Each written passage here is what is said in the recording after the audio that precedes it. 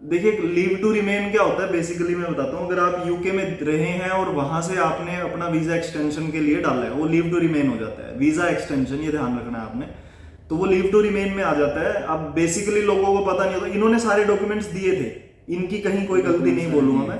इन्होंने हर डॉक्यूमेंट उनको दिया था कि ये डॉक्यूमेंट्स मेरे हैं सर, आपको जो जो चाहिए आप लगाइएगा, लेकिन उन्होंने नहीं लगाया। इन्होंने पूछा भी है, बार बार इन्होंने पूछा है कि सर ये लगाऊं या ना लगाऊं, और बार बार बोला है कि सर ये देख लीजिए इंपॉर्टेंट है, करूं या ना। लास्ट डे भी पूछा, अप्लाई करने से एक दिन पहले भी पूछा स्पेशल फोन करके, क्योंकि बार बार पूछने पे भी ये आगे से जवाब आया कि नहीं जी आपको लगाने की कोई जरूरत नहीं है, और हर्जाना इनको भुगतना पड़ा है।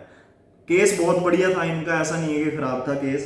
रह के आए हैं, ऑन टाइम आए थे, इनकी कहीं कोई गलती नहीं थी उसमें। इन्होंने वीजा एक्सटेंशन डाला, वो वहां पर अलाउड नहीं की गई थी, वापिस आ गए। जब इनको पता चला कि नहीं है तो ये वापिस आ गए। अब ये इनकी कहीं कोई गलती नहीं होती है लीगली, अगर हम देखें इसको तो उसको जस्टिफिकेशन दिया जा सकता था, लेकिन नहीं हुआ।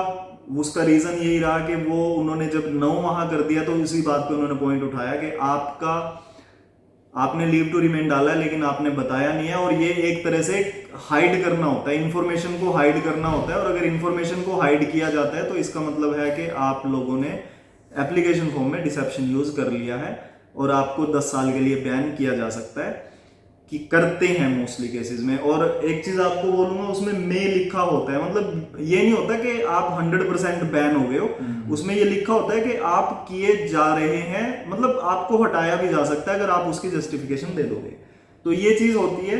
बाकी वीजा एक बार ही दिखाएं सर, अगर लेके आए हैं तो थोड़ा हो जाएगा इनको भी कि ये इनकी मिसिज का है और ये इनके बेटे का है। ये दोनों इनके जो वीजा थे अभी आए हैं, और इनकी शादी तो निकल चुकी है मेरे ख्याल में, तो हमने वो भी, अच्छा सेम हमने स्पॉन्सर यूज किया, वही उसी को यूज किया जबकि वो निकल चुकी थी जब हमने, तो हाँ। और इनका खर्चा कितना हुआ था वो थोड़ा सा आपको बता देता हूँ सर। इन्होंने जो प्राइम सर्विस थी वो ली थी, प्रायोरिटी उस टाइम ली थी पहले बार। अब वो प्रायोरिटी में लिया सर 25-25 हजार एक्स्ट्रा, एम्बेसी फीस एक्स्ट्रा, दोनों मिला करके नियरली अगर मैं बात करूं तो सर 1.25 लाख 1.5 लाख के आसपास का खर्चा, 1.25 लाख रुपए 3 बंदों के लगे, और घाटा खा करके बैठे हैं। अभी हमारे पास आए थे तो ये बोल रहे थे मैं अर्जेंट में डालूं, मैंने हाथ जोड़ा, मैं कि नहीं भाई नहीं डालेंगे, यही बात हुई थी सर। बिल्कुल सर, ये बोल रहे थे कि अर्जेंट में डाल दूं, मैंने कहा नहीं डालना है, मुझे पूरा भरोसा है कि निकल जाएगा, कोई दिक्कत नहीं है।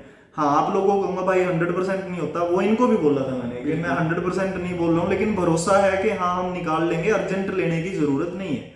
तो प्रायोरिटी नहीं ली थी हमने, नॉर्मल में ही डाला था और जल्दी ही आ गया, ज्यादा टाइम नहीं लगा, 35 डेज में आ गया। वो तो निकल गया था, हमने उसका पहले ही प्रोग्राम कर लिया था, मैंने लेटर लगवा दी थी, वो अपना हमें पता होता है क्या करना है क्या नहीं, तो वो लेटर लगवा करके हमने उसको स्पॉन्सर को उसी हिसाब से अरेंजमेंट कर दी थी, और वही स्पॉन्सर फिर यूज हो गई थी।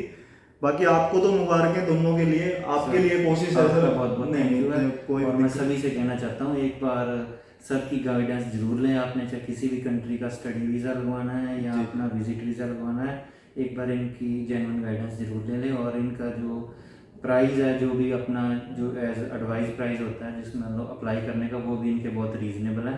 एक बार आप इनके पास जरूर आए अपना वीज़ा अप्लाई करें। बहुत बहुत थैंक यू।